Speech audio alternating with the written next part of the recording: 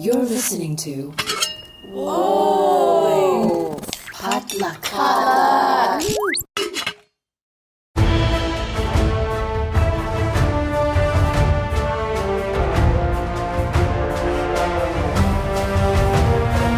Welcome to Marvel and Makeup. I'm Quincy. And I'm Kay, and this is a podcast where I teach Quincy a little bit about Marvel. And I teach Kay a little bit about makeup.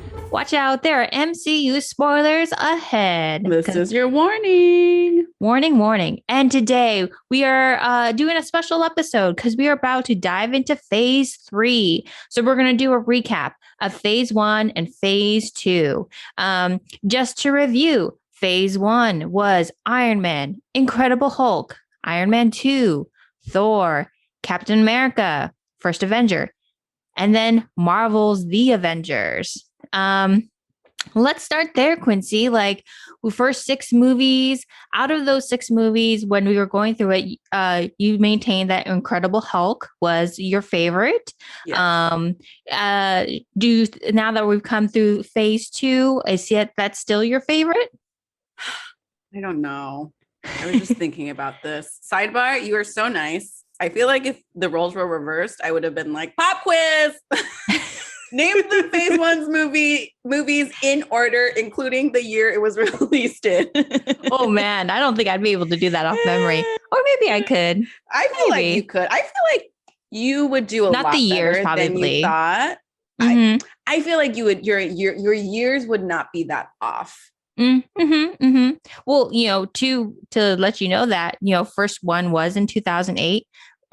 First 2 were in 2008, 1 in 2010. Then 2 in 2011, and then 2012. So over a 4-year period, we got 6 movies. And a lot just established, I feel like, first 6 movies, you get Iron Man just, creating his suit and being like, the first 3 dudes' movies. Yes. First 3 I don't know. dudes. I'm looking at Phase 1 and I'm like, man, I really liked Incredible Hulk in Phase 1. I also liked Thor just because it's Thor. Yeah. Just because, he has muscles. You mind coming a little closer to them? Sorry. Yes. Here, let me pull. Pull this. Cool, So, cool. I don't know, man. I think for Phase 1, it's going to be Incredible Hulk. Okay. Still. Okay. Yeah. It's just, I really liked it. Edward Norton's face, just, sad eyes, angry, frustrated. I think it was good. I really liked that movie. Huh. I feel like you're coming at more from an actor point of view. Like, I really enjoyed this performance. Maybe. Yeah. Yeah, that makes sense. Yeah, I just really liked his I liked his performance. It was great. Liv Tyler wasn't in that movie, was she? Yeah, she was. Yeah, she was. Yes, yeah. Yeah, and she was great. Remember you like how she yelled at the cab driver? Yes, and I think I liked their opening trailer. It was really creative. I think we didn't need an origin story because we were all familiar. And even if we weren't familiar with the Hulk's origin story, we get it. And I think sometimes I feel like we have to explain these superhero stories, and we don't, because we all know it. We don't need another, if they are doing Superman again, we don't need to do Superman, which I know is DC. We know who Superman is. So I think we can just dive right in. And everyone's familiar with how he got there. Yes. Baby in a spaceship, planet blew up, and now he's here. Cool. Well, for me, favorite in Phase 1 is the team up movie, The Avengers, because I'm a sucker for a team up. So that is one of my favorite, and I would say overall in the MCU, kind of one of my top favorite movies. Just because, interesting. Yeah, I just really enjoy multiple characters working together and having their stories kind of all threaded together. So yeah, that was my favorite for Phase 1. Going into Phase 2, we had Iron Man 3, Thor: The Dark World, Captain America: Winter Soldier, Guardians of the Galaxy, Avengers: Age of Ultron, and Ant-Man. Out of those, which one stood out to you? Okay. Okay. I loved Loki's sad prison moment. That was like that stands out a lot. Yeah. Also just our ether joke stands out a lot. I really liked Guardians because it was like funky and fun. Yeah. Ant-Man was also fun, but I think it pales in comparison to Guardians of Galaxy just because Guardians had a lot of like color and like it was a lot of fun. Yeah. The look was just so different. Yeah. It was just a whole new world. I think Ant-Man definitely like, I feel like the comedy maybe was stronger. Oh, really? Guardians of, I don't know. I do like some of the, I don't know. Ant-Man was great just to watch a fun movie. Yeah.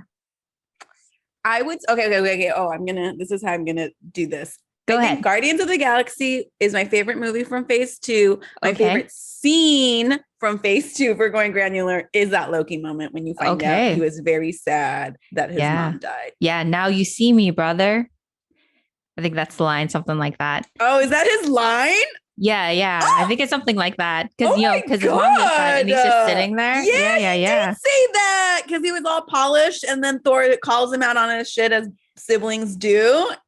Oh my goodness. Oh yes. Tom Hiddleston. I mean, and part of, and it's funny because like in Thor, you get the establishment of Thor and Loki's relationship. But for me, it comes even to more together.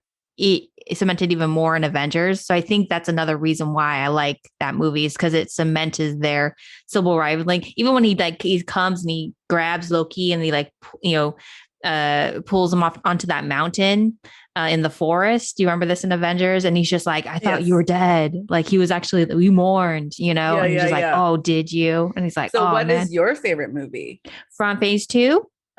It's hard for me because you see there's 2 team up movies and those two again are 2 of my favorite in all the MCU. So Guardians of the Galaxy and Age of Ultron. I think for me, it's so hard, but like I it's almost like get me on a day and it will be Guardians, and get me on another day, then it might be Ultron. Okay, what kind of day is it? Is it like good day, like Guardians of the Galaxy, moody period day, a la the ether? It's Age of Ultron. Oh man, I mean, I guess it's not even like a good or bad day. It's just kind of like, what is my vibe that day? Know what it would be when I'm more in a like a funky, I guess, like rebellious mood. It would probably be Guardians. But when it's a more like kind of like an existential, like I want to think about philosophy type thing, like then it would be Ultron, because it's like, he's really they're really talking about like, the humanity and humanity's their own demise, and like, visions lines about being like humanity, something isn't beautiful if it lasts. So that one is just a little bit more heady. So I guess it would depend on how I'm feeling that day, which one I would just put on for, to watch in the background. But I will say both of those, they introduce they show off 2 of my favorite characters. They introduce 2 of my favorite characters, Gamora in Guardians of the Galaxy and Wanda in Ultron. So, those are the other reasons why those are standing out for me. Question. What about the team up movie? Is it just because of I feel like you might have mentioned this, the epicness? Yeah. Or is it you just like to see the team dynamics? I think it's the epicness. And I also, it's like, it's the team dynamic in the sense of like how they work together and how their various powers play off of each other. When you have a movie that's just that one person, that one hero, basically what you're going to get in terms of like Iron Man. His suit is going to be badass and it's going to shoot a bunch of stuff, a lot of pew, pew, pew, pew, pew. It'll probably malfunction at one point. Mm-hmm. Yeah. It comes on, it comes off. With Thor, you're like a lot of hammer, a lot of lightning, Captain America, shield, a lot of melee, a lot of like hand-to-hand combat.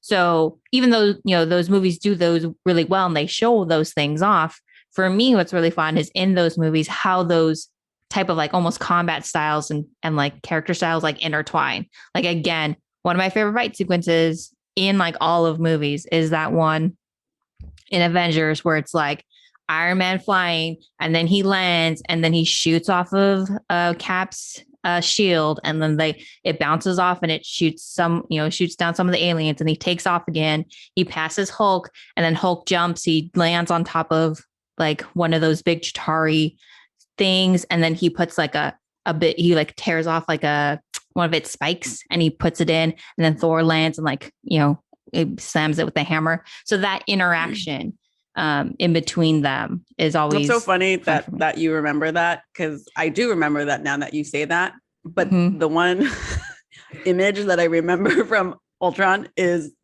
when the Earth breaks away from the Earth and like that chunk of the city is flying, because I'm like, man, that looks like an evil ship. A spaceship, yeah. A whole town becoming a space rock. Yeah. I don't know. That's the only that, and Hawkeye getting like the opening scene, he gets like injured. I'm like, man, they're doing Hawkeye dirty. He was out the last movie. Like, he's out again. Like, man. I mean, he wasn't out for long. He was just there like, oh, he's the one that got hurt. So now we got to get out of here. Let's wrap this up, everyone. But he is one of the more mortal Avengers, him and ScarJo, Black Widow. And so those would be my favorites. It's interesting. I like the idea of like getting granular and like specific scenes. I do and really enjoy that scene with Loki as well, where he's revealed. Trying to think of other really great scenes. I mean, I just literally verbatim explained that action scene. So that's obviously one of my favorites. And then, the Age of Ultron scene where, they're all at the party and then they're all like talking, trying to lift the hammer. And then, Ultron's entrance is so like creepy and just like so sinister. That's I think a fun scene too. And again, another place where they start fighting and they're having to kind of like, it's more of like a human space, having to fight the robots, versus using their big powers. And the birth of Vision. The birth of Vision is always super, super intense and super interesting, because it's like they're arguing with each other, and then Thor comes in and just like supercharges the cradle, and then Vision, that him just like, emerging and then getting thrown and then like stopping and like staring out onto like the lights of humanity. Like, Vision, that was really cool. I don't know. He's very calming. Yeah. To be around. I think he would probably scare the shit out of me if he was my roommate, though. I mean, yeah. I feel like you'd like come home like at 2 a.m. and like Vision would just be like, hello. Well, he is learning. He's very much like that, that's that trope of like the robot or the android that's still learning about humanity. Like in Star Trek, they had Data, who's like the character that was always like, he was an android, but he always wanted to be human. So he constantly was like breaking down like what it is to be human, and like would observe human behavior and ask questions about why people would why people would do that, do the certain human things. This reminds me, I'm like, maybe we should have watched a Marvel movie. I don't know if this was that when I was in high school. I remember my senior year they introduced a philosophy class, because I was in the IB program at my school, and they essentially just saddled who they thought was the smartest teacher at school to teach philosophy, and he had to teach. And he wasn't a philosophy teacher; he was an English teacher, history teacher. I can't remember. And I just remember he had to teach a bunch of 17-year-olds about like, I don't even remember, but I just remember all the girls thought he was super hot. And then he started teaching philosophy class. And because we saw him struggle, we were like, oh, like not as cool anymore. Well, philosophy is hard. It's so hard. Yeah. It's so hard. And the material is so hard to read. But then, you know, when you have Vision explain it, you're like, oh, I get it. Like, cool. Yeah. And other moments too. You know, I feel like Captain America, Winter Soldier, had some really great action moments, especially with like the hand-to-hand combat and just like the reveal of it being Bucky and like, you know, Cap seeing him and being like, what, my friend?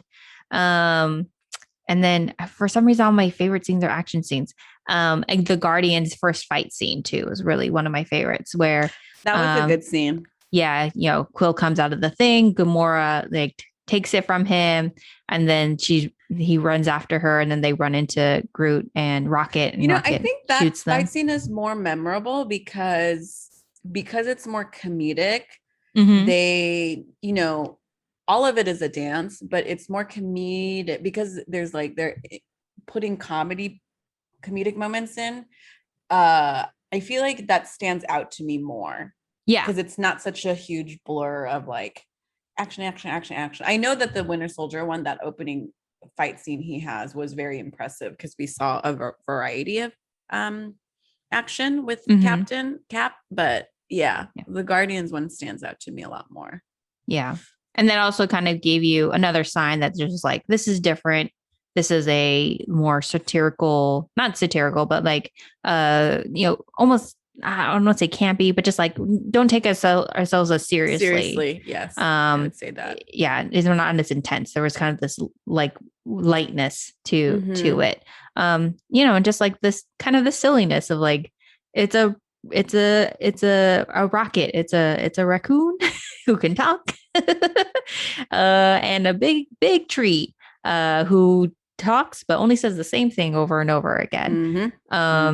Yeah. And it just the idea that like that stuff now exists and it totally was entertaining as hell. In terms of like overall characters, do you have any ones that, you know, stand out over the first two phases? Well, you know, I like Edward Norton's other than the Hulk and Edward Norton, who doesn't even come back.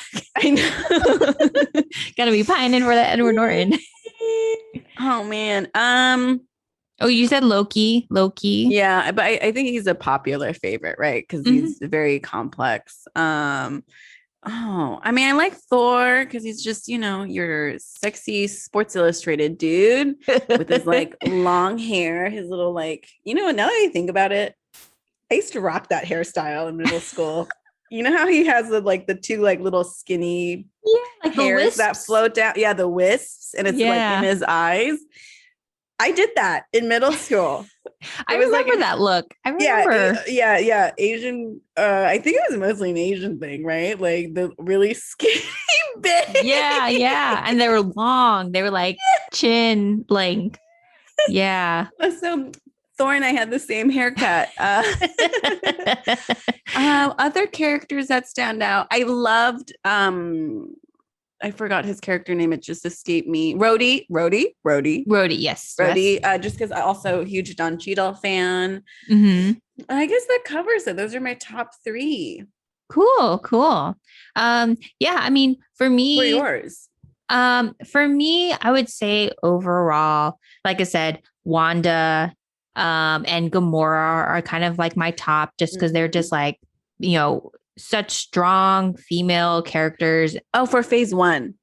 Sorry, just for phase 1 specifically. Well, definitely Loki. And you know, and also, even though she doesn't get that much play in the MCU, Peggy Carter, Agent Carter. Okay. Cap's love interest, who, you know, went on to have her own series. But yeah, she to me also was a memorable character that I remember after the first phase. I was just like, I hope we see more of her. I want to see more Peggy. And then, you know, and also just like the supporting characters that keep coming back.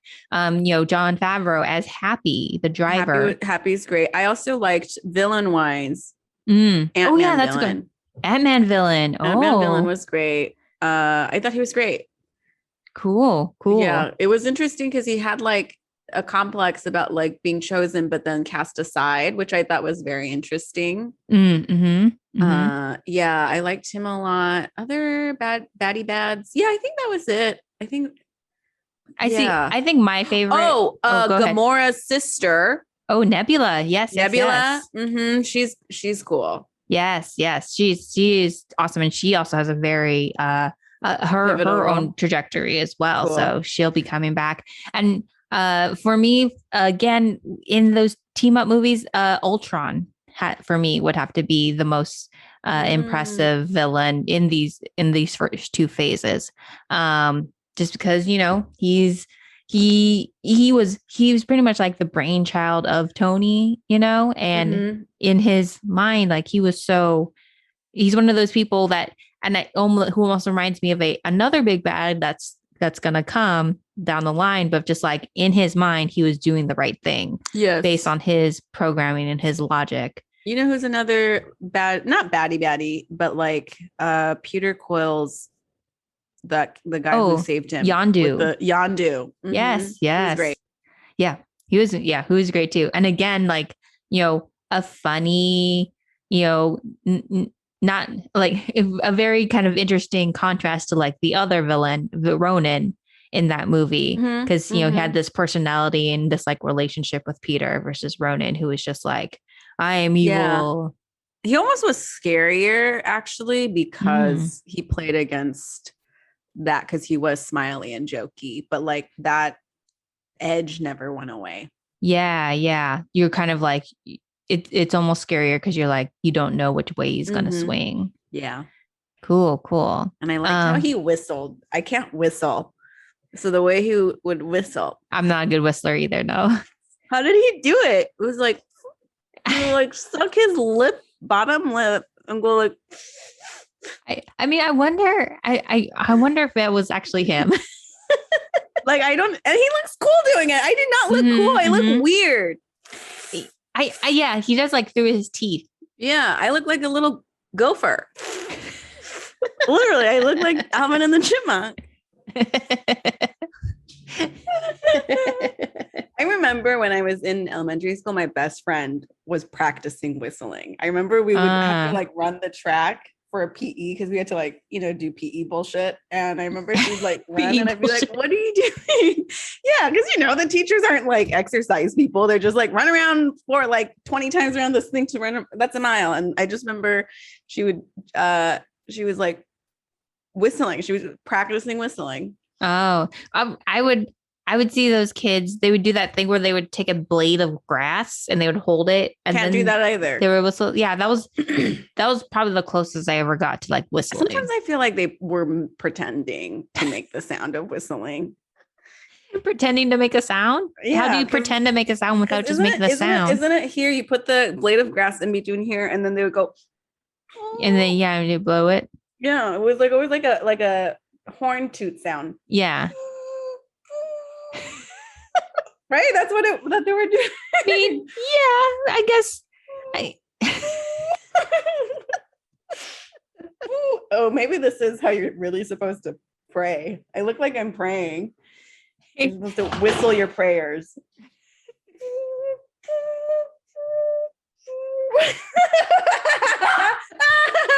My dog doesn't like it.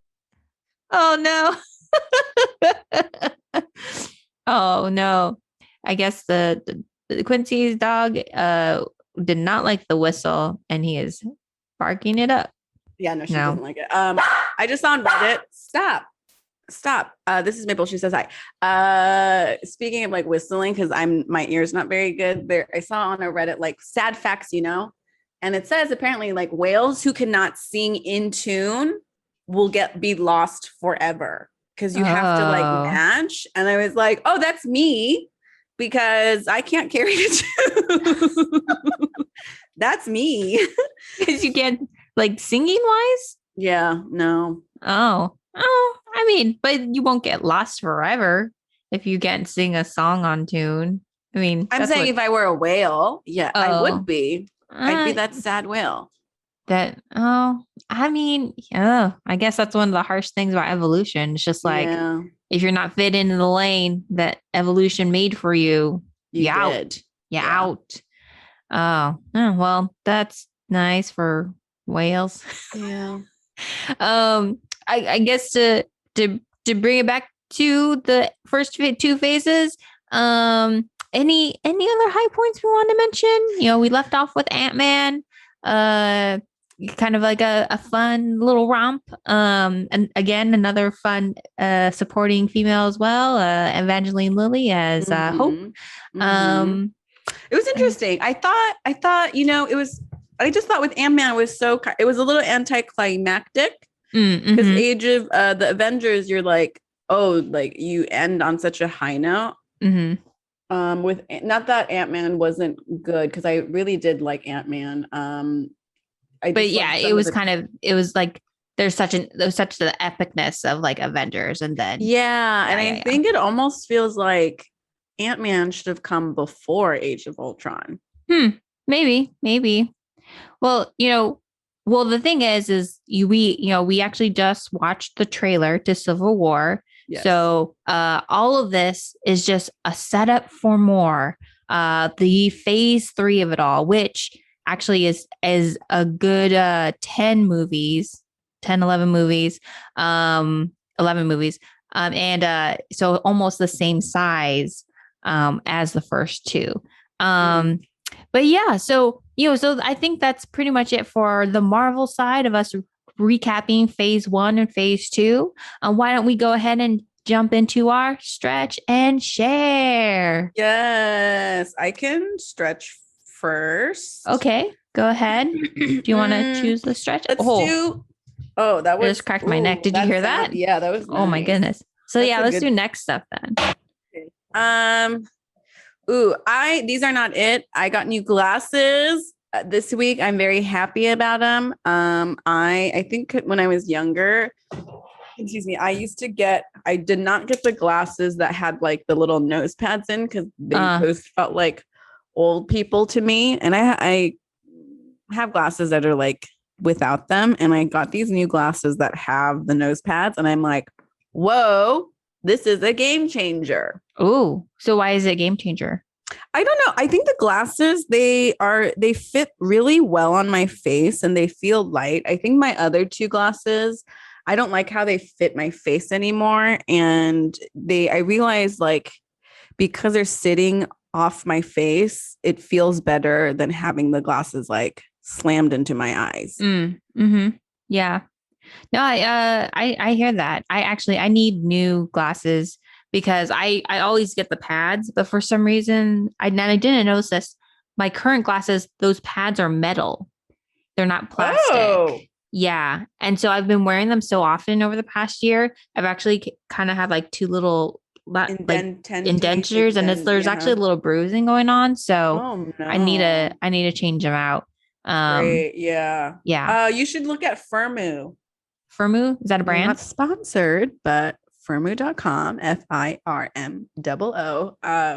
Kelly actually told me about it. They do like great discounts, really affordable glasses, like the lower end, lower price point there. It's a great lower, like cost efficient. It's like $10 to $30 a frame.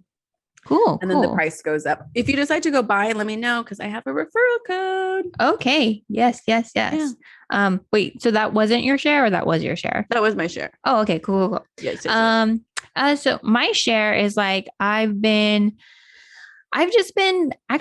like I'm in a little bit of a vacuum right now because there isn't any new like Disney Plus Marvel things, though they just released the other day MODOK, which is this animated claymation show, which is based on a Marvel character. I have a question. Are you okay? Pre this podcast, were you Mm-hmm. watching Marvel, like a Marvel thing, at least once a week? You would say I wouldn't say once a week.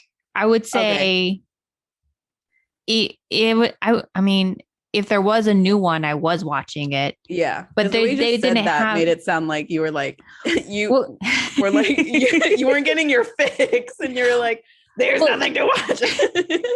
Well, the thing was, is like when WandaVision came out, it was like 9 episodes, and that was like 9 weeks straight. And then there was only like a week break in between WandaVision and Falcon and the Winter Soldier. So it was pretty, regular. I was watching something pretty weekly since the beginning of WandaVision.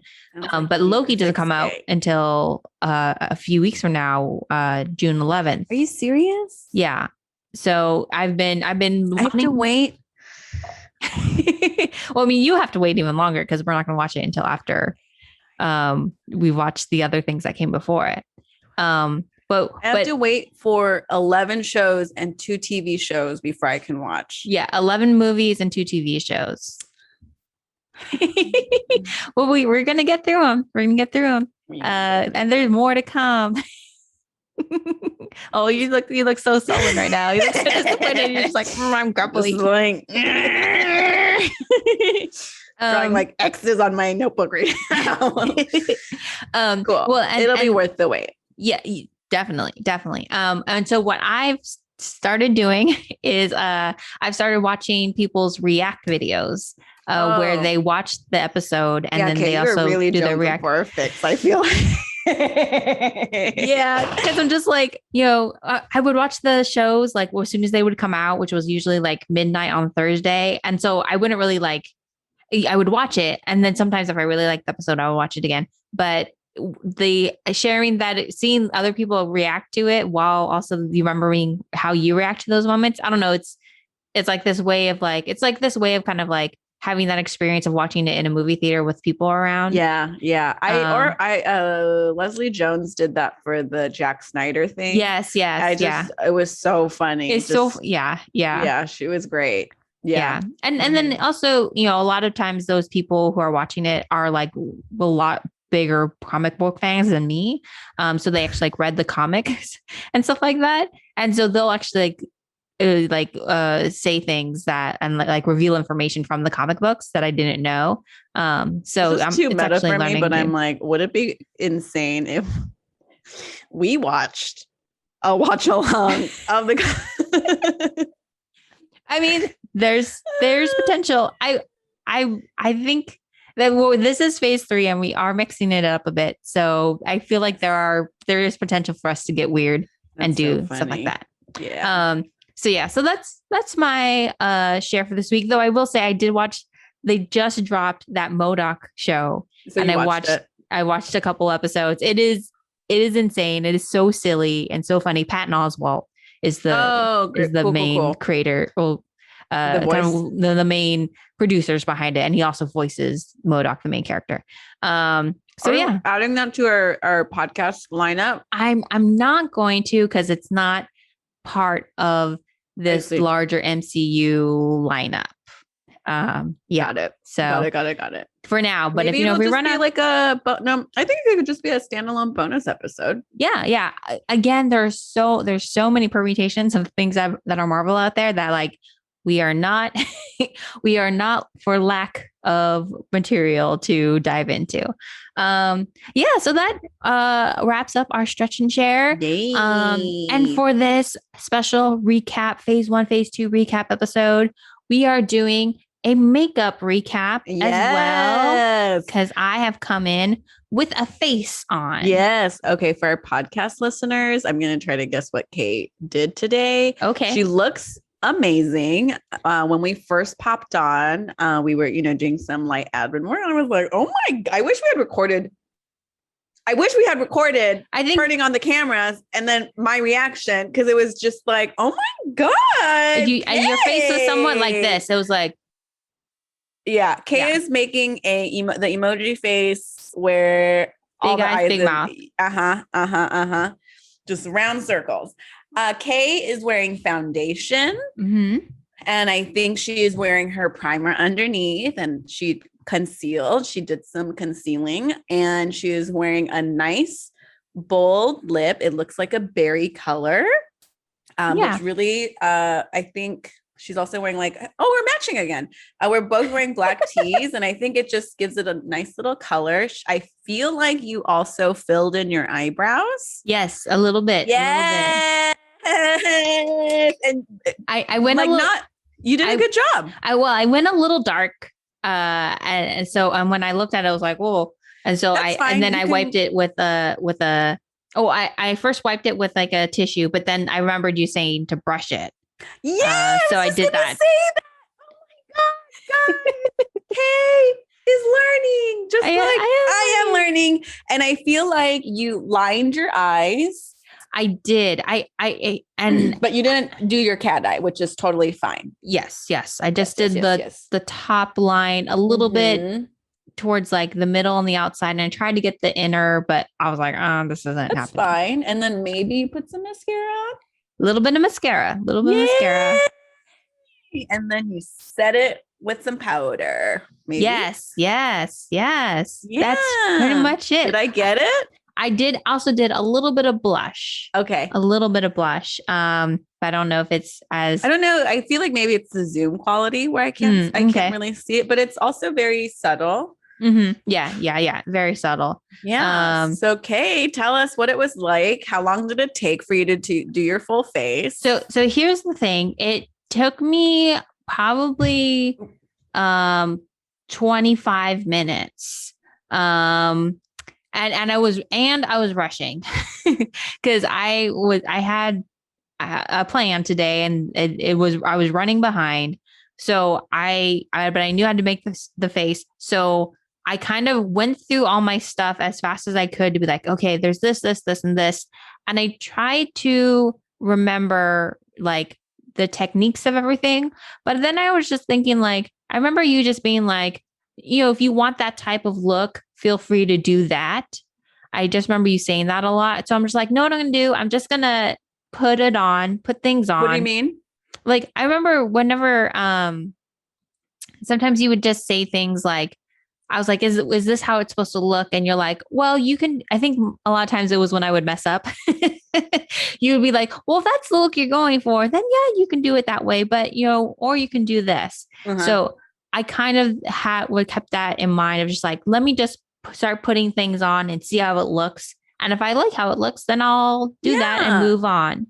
So that's what I did. That's great. I feel like when we first started this, it also seemed like makeup was intimidating because you were so afraid to make a mistake. Yeah. And now it seems like you've released yourself of that. And because you gave yourself permission to make mistakes, you were able to do it. Yeah. And honestly, like, I was like, I need time to do this. And I was running behind, but it almost helped that I didn't have much time to think about it. Cause I was just like, let's just put things on and see how they look. And I wasn't kind of like overthinking it. Yeah. And it seemed like whatever you needed to retain, you retained.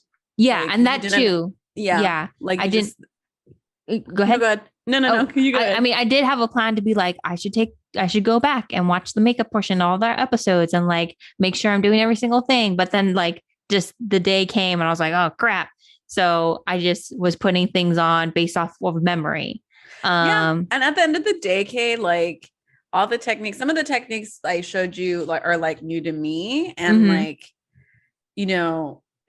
it's like there's no like makeup police who's going to come over your shoulder and is like, you're applying this wrong, and, there's some people who'll even use like certain like lip lip products for cheeks, like for the blush. That's what Kim was saying. That Yeah.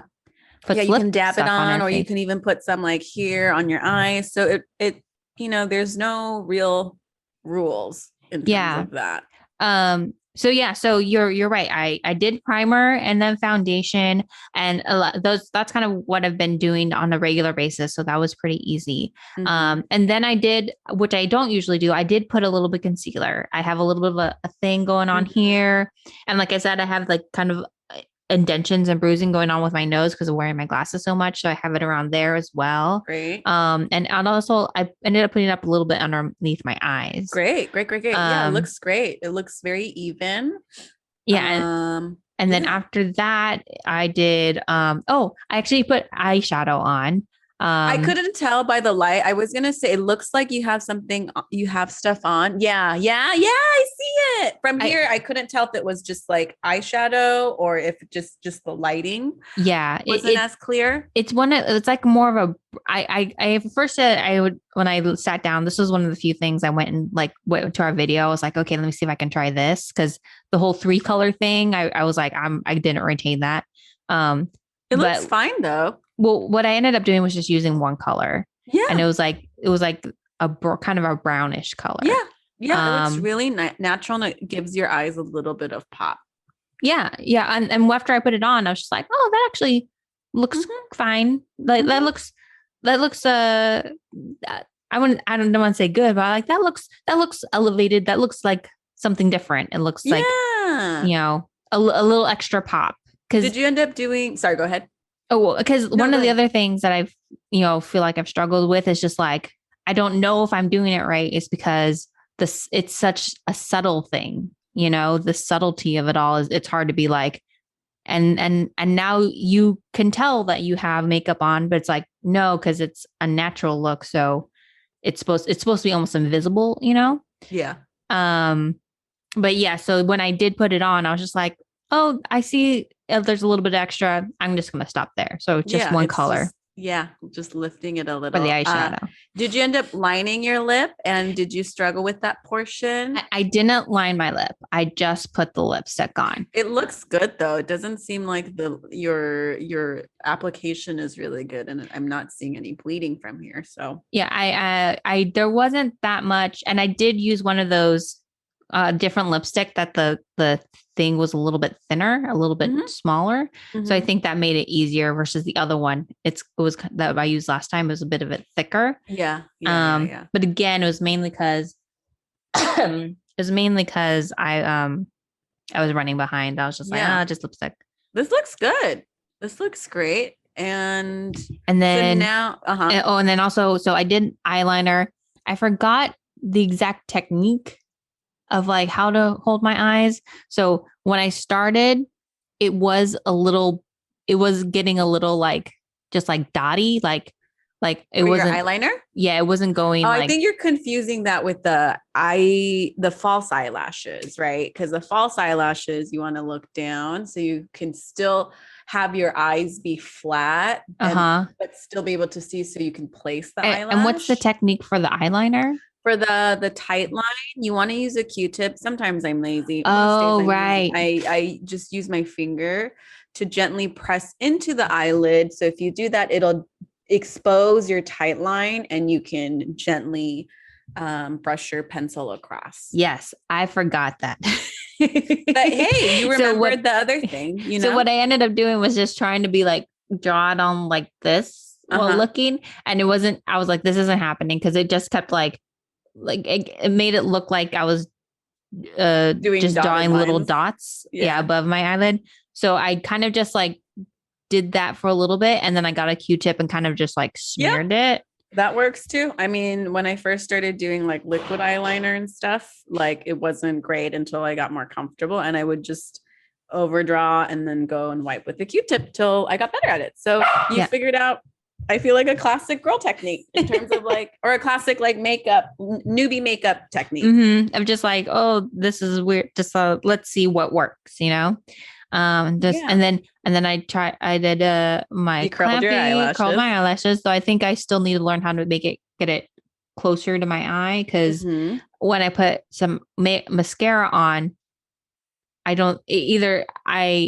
didn't fly up enough or I just didn't let it set. Cause when I blinked, I got a little bit of mascara like on the bottom. And so that's when I ended up putting more concealer underneath my eyes. Cause that way I could cover up the mascara that had dotted. You can also wipe the mascara. Yeah.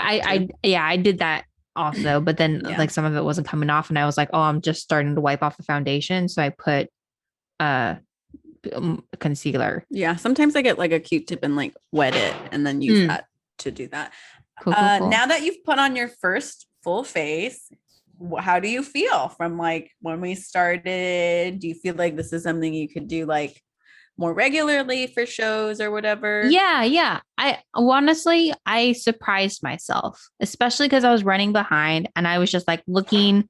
I wanted to show you this. So after all this time of like getting all this stuff, this is what my makeup looks like. It's just like big plastic bags of things. Oh, girl, we need to get you a proper makeup bag. They're literally in Ziploc bags.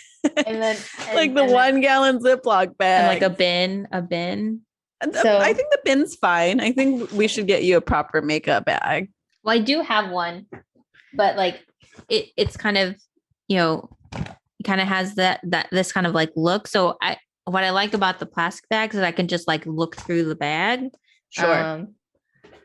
But maybe I it's think just they getting just gotta, you just gotta gotta find, find, you gotta find a place, or like if you have the space in your bathroom, getting like a little storage thing or a shelf where you can see everything. You can also just put your makeup brushes in like a pencil holder.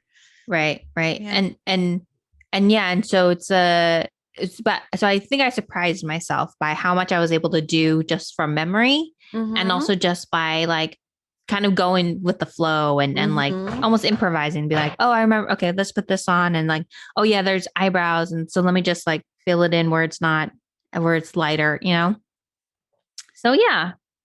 So I think I think overall, a lot learned and a lot gained over for phase 1 and phase 2. Both on the Marvel side and the makeup side. And I think also on the sharing side and humanity side of it all. So I think that wraps us for our makeup portion and for the podcast overall. So thank you so much for joining us and or listening and or watching wherever you are enjoying this podcast from. If you'd like to reach out to us and find out more about Marvel and Makeup, you can follow us on social media at Marvel and Makeup, or you can email us at marvelandmakeuppod@gmail.com. Please rate, review, and subscribe wherever you find this podcast. And please give us 5 stars so that our Asian moms stop pitching us ideas for other podcasts. And they're always like, and I can come on and tell you about this. Like, oh, that's fun. That's just between us, Mama. That's just between us. Those conversations. Yeah. So yeah, thanks so much, and we'll see you next time. Bye.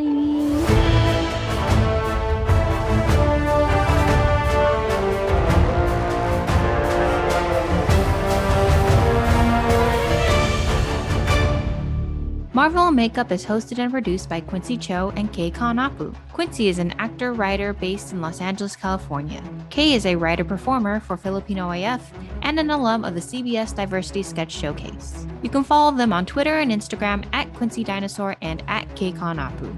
The music for Marvel and Makeup was composed by Clarence Yap, and our artwork was designed by Patty Lin. You can find them on Instagram at Clarence_Yap and at pattylin.jpg. See our show notes for even more info.